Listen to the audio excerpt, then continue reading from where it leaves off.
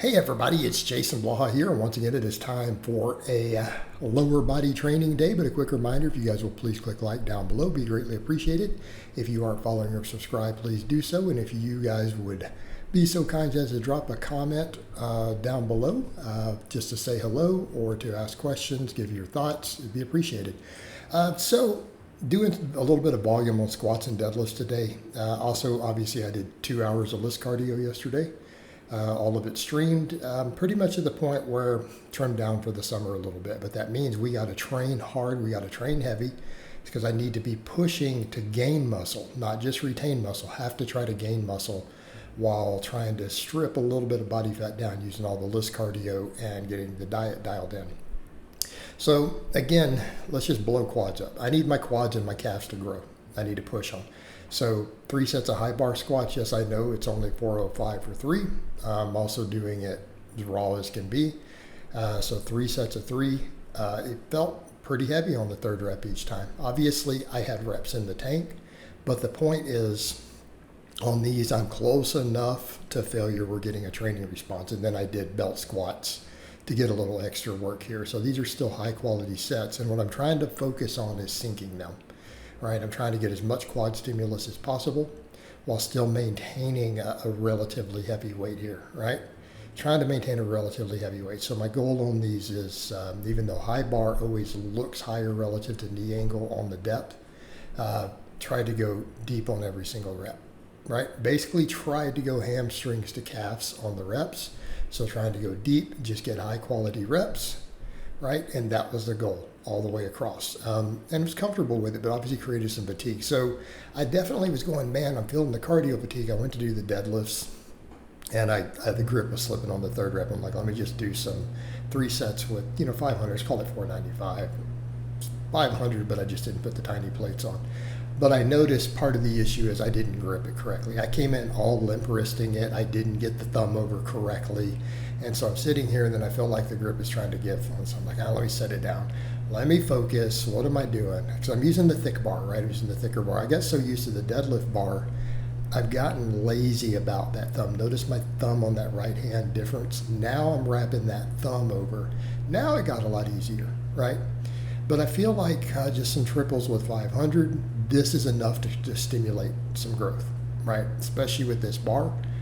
So that's the idea. They're going to be fairly hard sets, but they're not going to be to the bleeding edge. Okay, so I'm just going to get 3 sets of pretty heavy squats, 3 sets of pretty heavy deadlifts in, and then of course we'll obviously push the other stuff harder. But again, these are close enough, I'm still going to get a training response, right? Because it's not like I have 4 or 5 reps in the tank on this stuff. Definitely with the cardio fatigue though, the deadlift, so that third set was much better. So that one was in a good place. I'm like, let me just hold it for a second at the top. Also, I did belt squats and stuff, but I'm like, let's do the calf raises first. Why? I want to just get all the axial fatigue out of the way. We already got a lot of quad work there, right? We got lots of quad work, not a big deal. So my calves do need some love. I don't want them to be completely exhausted by the time we get there. I do need my calves to grow. It'll help with the burning calories on the cardio. So this time we went much harder. So last time I got 10s with 335. I'm like, I know I can do reps at 405. I bet I can get at least 6. Standing on the plate, which is harder. So I did. I managed to get 8s. All 3 sets I got 8s. But again, this is a fair amount of axial fatigue this workout, but we also get a growth stimulus. So this will help the upper body grow a little bit, all the back, all the trunk. And that's kind of the idea. That's what I'm trying to achieve with all of this.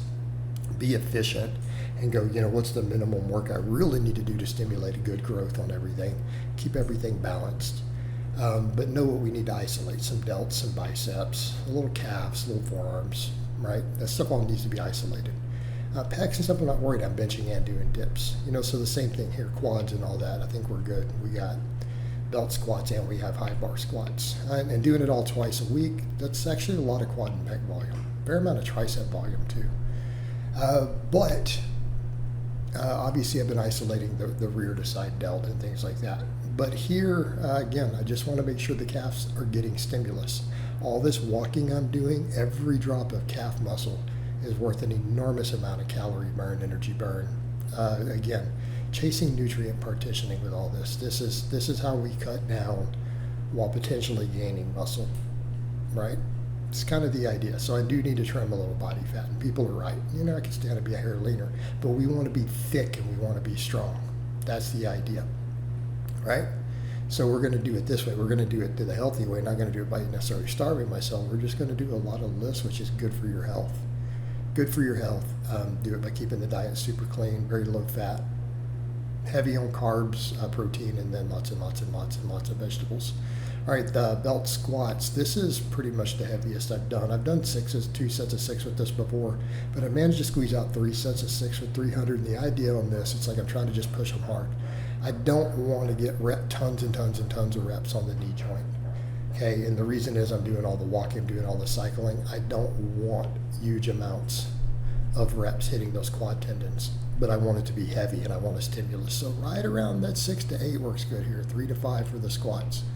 About 6 to 8 on this. So this is about as heavy as I can go. I need to work on getting this up to 8 reps, right? We can do that. We're in a good spot. But again, pushing these hard, like these sets, the last rep is very difficult. It's moving slower. It feels like I'm not going to get it. I'm having to pull up just a hair on the handles on the 6th rep each time. So I can tell I'm reaching failure at that point. But again, what are we trying to do? Build quads, build adductors, build glutes. Okay, because if I can build glutes too, my deadlift goes up, right? So we're going to do reverse hypers and stuff here too. So we're getting a little hamstring stuff. I feel a lot of hamstring on a conventional deadlift personally. But again, a lot of times it's either grip or it's glutes that limit my deadlift based upon where I miss it. So let's just double down on that. So what I also decided to do here, it's like, I'm not doing that much other pulling. I feel like the grip needs a hair of work. So I decided to do some standing barbell wrist curls, supersetted with my reverse hypers at the end. Of course, reverse hypers are my main posterior chain supplemental lift. Obviously, I'm going heavier on them and going really, really, really strict right now. So I'm only able to get about 10 reps or so. So I'm trying to do them as strict and cut the swing out as much as possible to get my erectors to grow. So again, I want that lower back training. Absolutely want that lower back training here. Even though the deadlifts handle part of that and they handle a lot of the hamstring and glute and everything, this will finish them off. Now, for some people who say there's still a little bit of swing, yeah, that's impossible.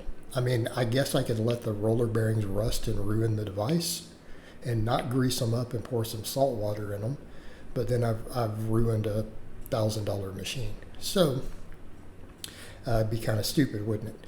So again, it's on roller bearings. So the wrist curls, of course, these felt good, but my grip was so fatigued, my forearms were so cramped. So you can tell I'm looking thick there. So I can go ahead and trim down. I think I'll look pretty big, a little leaner. I couldn't finish all 10 reps on the last set. Forearms just gave out. I got like 6 or 7 reps, and that was it. So I got 10 on the first 2. So here I'm trying to, again, control that swing as much as possible, which just almost cramps my low back. The low back on this is really, really strong. But again, I need that, and I need more glute in general, but all of these lifts hit my glutes hard. But, all this will help build the hamstrings, and of course, building the calves tends to help potentially my squat also, especially if I go when I'm messing with the high bar a bit, because I can bounce off the calves later. But yeah. So the name of the game, try to gain as much muscle as I can while stripping down for a bit. So we're going to push all of this, maximizing body composition. I'm going to train hard but stay within my recovery.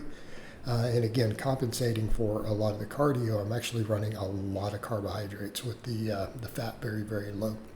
Again, kind of a well understood approach. It's a kind of a time-tested approach for recomposition and getting leaner.